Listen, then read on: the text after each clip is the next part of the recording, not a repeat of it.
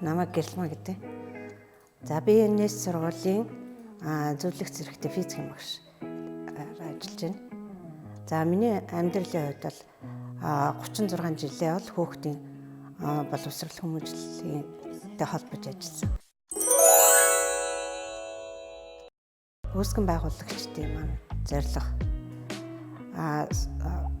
хүүхдүүд маань сургуулаа төгсөх үед амьдралаа авч явах хэмжээний боломжийг үүсгэж байгаа, боломжтой болгож байгаа. Энэ тал нь бол надад их таалагдсан. Тэгэхээр энэнд бол хүүхдийн орчин, за найз нөхөд, эргэн тойрны хүмүүсээс их нөлөөлж байна.